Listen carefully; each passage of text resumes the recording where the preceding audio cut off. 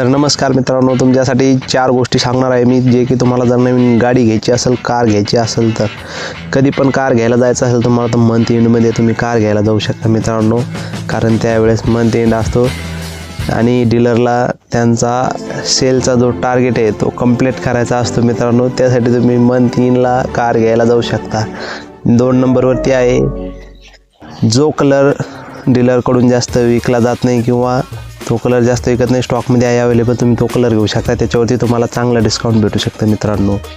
3 नंबरला तुम्ही जर 1 वर्ष जुनी गाडी घेतली त्याच्यावरती तुम्हाला भरगच्चा असा डिस्काउंट भेटू शकतो मित्रांनो. मस्तपैकी तुम्ही ती पण गाडी घेऊ शकता मित्रांनो.